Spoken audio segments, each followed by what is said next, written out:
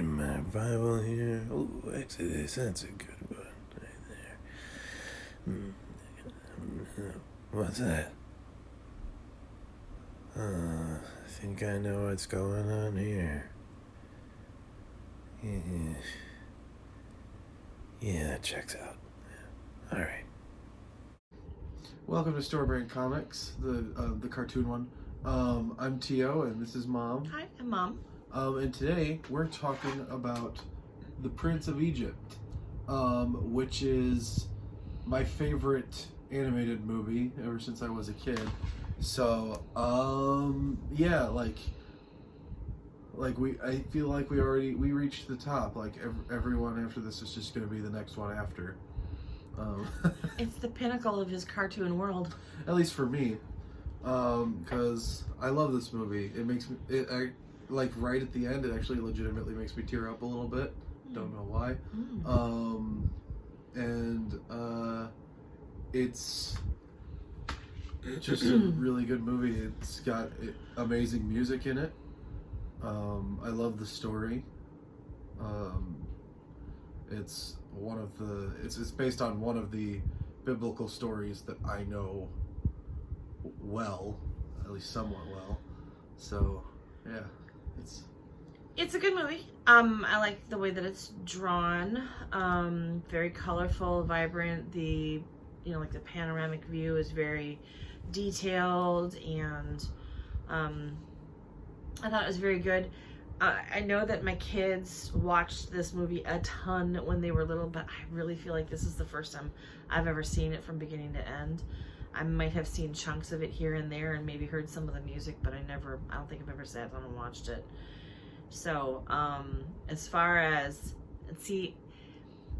having grown up as a pastor's kid and grown up reading the Bible and all that stuff, they did take artistic license with some things, and I have a really hard time watching Bible stuff because when it doesn't line up with the Bible, it irritates me.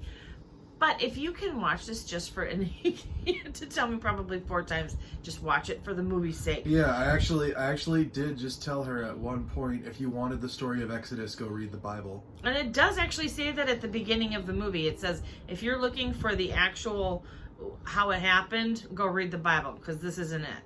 And so, I appreciated the fact that they were like, we're taking artistic license with this story. And they really did. But, it's a movie. Yeah, and they did have multiple religious consultants on the movie so that they could keep it at least period accurate with some of the language. The language and some of the cultural things, as well as generally respectful to basically all the religions that have this story, because I'm pretty sure more than just Christianity and Judaism tell the story of Moses. I think so. I don't know. I'm not sure which. I think there were like four different religions that talked about. It might also be a part of the Islamic religion, but I'm not totally 100% certain of that. I really don't know. I have no idea. So don't like. I've never studied anybody else's religions, so I'm I don't know. not a religious expert, so don't hold anything. Don't quote him on that. I say as fact, but so yeah, but overall I adore this movie. It gets an automatic 10 out of 10 from me. It has like this is kind of the epitome of like a star-studded voice cast, because it's got like for the time because it's got Val Kilmer, Michelle Pfeiffer, I can never remember if his name is pronounced Ralph or Rafe Fiennes, Voldemort from the Harry Potter movies. It's got, who else? It's got Danny Glover in like a minor role. Yeah, he plays Moses' wife's dad. So Moses' father-in-law. Sure. It's the shorter way of saying that. Patrick Stewart as Pharaoh Seti the First. Yes, I was totally surprised when I'm like, who is that voice? I know that voice. And that was probably one of the most fun things for me about this movie, was being like, who is that? And trying to identify the voices and stuff like that, because it was very much 90s popular people. Jeff Goldblum and Sandra Bullock as Moses' biological brother and sister. Okay, so Jeff Goldblum as Aaron, it was perfect. It was just perfect. Yeah, it was. You have to like Jeff Goldblum and his delivery of, well, like everything, because he's in every character he's ever played, in every movie I've ever seen him in, he's the same person, and every delivery is exactly the same. I'm sorry. So like Jeff Goldblum has a style. Yeah. The legendary comedy duo of Steve Martin and Martin Short did the voices of two priests. Yeah, well, the two priests. The two priests. So. And of course, they made the super tall, skinny one Martin Short, and the short, fat one was Steve Martin. Yeah. So yeah, that the big recognizable voice cast. Fiennes, I'm just gonna call him by his last name. Yeah. Fiennes did do his own singing. Yes, he did. I looked it up. Because I recognized, because you know how when you hear somebody's voice, you can recognize like the timbre of the sound of the way that they speak. Yeah. As well as the way that they form their words, and you could tell that was Fiennes singing that. Yeah, most of the voice actors in this movie did not provide their own singing, No. but Michelle Pfeiffer did also do her own singing. I had wondered about her because I know that she did Grease 2, and that was a musical, and I know that she's done some other musical stuff, you know, when she was younger. Yep. And I would not have been shocked had Val Kilmer done his own, because I believe that he also has done musical work. Really? Mm-hmm. Yeah, Pretty but sure. Moses' singing voice, I believe, was provided by a guy named Amick Byram. Yes. Probably Amick. Probably Amick Byram. We're really not sure. Yeah, we're not great with name pronunciations. Mm-mm. Well, because it could be anything. It could be anything. It could be pronounced Chuck.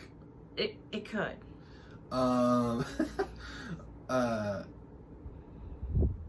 There is one particular singer in the movie named Ofra Haza who does the voice, because you never hear Moses' biological mother speak in the movie. You only hear her singing.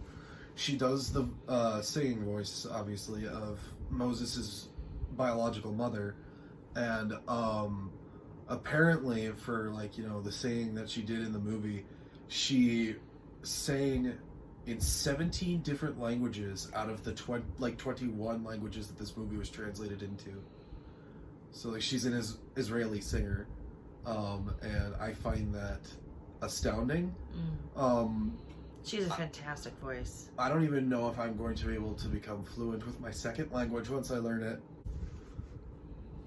Another interesting thing about this movie is that it is technically the first movie made by DreamWorks Animation, but it was not the first one released in theaters. Would you like to know why? I already told you why, but Yes, do tell. The reason why is because Jeffrey Katzenberg, like one of the founders of DreamWorks Animation, had a huge hate boner for Disney. So he wanted to rush Ants out into theaters to beat A Bug's Life. Bad idea. Yeah, really bad idea. Because Bug's Life is better. If you've ever had... Wow. So sorry. If you've ever had... Unprofessional. Okay, that's me. What were you saying? If you've ever had the misfortune of seeing the movie Ants, you'll understand why we think that was a big mistake. Yeah. But yeah, Prince of Egypt, definitely the superior of the two. And then, you know, obviously a few years later, Shrek came along, and that became DreamWorks' cash cow. Well, flagship movie. Flagship. So yeah, Prince of Egypt, I think, is to date, I mean, obviously, since this is my favorite one, it is to date the best movie that DreamWorks has put out. And I don't dislike DreamWorks' stuff. I still have to see the second and third Dragons movies and the second and third Kung Fu Panda, because I've actually heard that those... I really do feel like are good DreamWorks series. is more of the redheaded stepchild of the animation, like, genre, as far as, like, competing with Disney and the Pixar and stuff like that. Their work is just superior. They have usually better storylines, that kind of stuff. But, you know, as far as this does not have a bad storyline, and if you're not looking for Bible accurate, this is a great movie. And honestly, most of this movie is Yeah, Bible accurate. It doesn't veer off very far. They just leave out some very pertinent parts of the story What? to tell their own. Which pertinent? Oh, right, like Well, how he was raised. How he was raised, the whole part, the fact that his family actually had contact with him when he was young. Yeah, it wasn't a surprise to him that he was Jewish. It's not like he found out one day. Yeah, So, in this movie, they make the fact that Moses is a Hebrew, like a revelation to him that he learns when he's an adult. Whereas in the book of Exodus, he was basically raised by his biological mother because she was the what would you call it? the wet nurse. The wet nurse for him. She weaned him, so he was with her at least until he was 3 years old. Yeah. So he actually knew his biological family growing up, but for this movie, they changed that so that because for a movie, it just makes so much more sense. Yeah. Oh yeah. Like if a child. Besides the fact that they went from, oh, I found a baby, to now he's an adult. So Yeah, it's like for a movie, it makes so much more sense that if you're going to be raised by someone who's not your biological family, learning who your biological family is should be a surprise, just to make a good movie out of it. Yeah. And I don't think that he necessarily knew who his biological family was, but I know that he knew he was not Egyptian. Yeah. And then when he returns to Egypt after being gone for, they don't even touch on how long he's gone in the movie. No. In the Bible, it's 40 years, but when he returns to Egypt, he brings his wife with him instead of his brother. And he basically moved, where he ran away to was like Arabia. So it wasn't Egypt, it was another land where he couldn't be found, because that's also something they skip over, because Pharaoh actually did put out a death for him because he killed the guard, and there's just things, so but in this movie, they did change the relationship between Moses and Ramesses to make it like more brotherly, which isn't really touched on in the Bible. I would assume they would still in some way view each other as brothers, wouldn't they? Even in reality, one would think. I mean, if you want to put yourself into their make-believe shoes, we in their sandals. Well, yeah, we in our culture, the way that we view it, we would say, even though they knew that they were not biological, and even though Moses stood up for the Hebrews, even though he ran away and was gone for 40 years, you would think that he would still, I mean, we look at it and say, well, that's my brother. But we are also raised in a culture where it is commonplace for us to take on and adopt other people's children. And, it's very much, that's our culture. Yeah. So I don't think that that's the same kind of culture that ancient Egypt would have had. Yeah. No, I mean, if you think about it, Seti had just gotten done killing all of the firstborn of the Hebrews. Yeah. So, children had very little worth. Yeah. Very little in that time frame. So. But yeah, this movie, in order to present an interesting conflict, plays up the brotherly angle between Moses and Ramesses. And you kind of have to have that in order to tell the story the way they're telling it. Yeah, because if it's just some dude who was like maybe friends with the current pharaoh when they were kids, going at him like, hey, let my people go, and then unleashing the 10 plagues on him, there would be little personal drama there. But playing up the brother angle makes it, a more personal story. Well as the fact that in the Bible, Aaron went with Moses to the temple to talk to Pharaoh and did his talking for him and all of this stuff. So, I mean, there's a few things they left out. But, I mean, like I said, if you're not looking for a Bible correct version, then just enjoy it as a movie. But, if you're anything like me at all and biblical inaccuracy irritates you, then don't, Yeah, I mean, the VeggieTales version of the story isn't totally biblically accurate either. Little Mo. Yeah, no. But they always told everything from a very tongue-in-cheek aspect, Yeah. you know. But I mean, they do tell you at the beginning of this movie, Oh, this wait, is not a straight-up Bible version. I was wrong. It was Little Joe and then Mo, just Mo, not Little Mo. Just Yeah, Little Joe. Because Little Joe was the Joseph story, Joseph and then story. Mo and the Big Exit was Right. Mo and the Big Exit.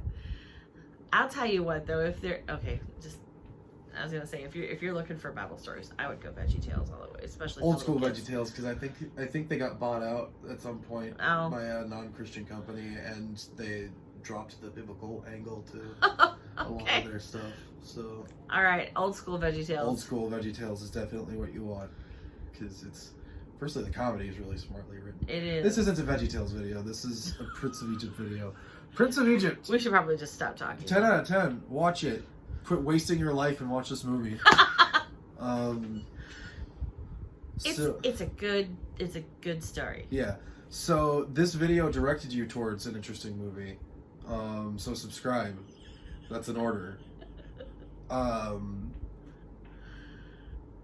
You're gonna see us next week because I assume you just subscribed. We're cheeky today. So yeah, that's it. We'll see you next week. We Yeah. can see you.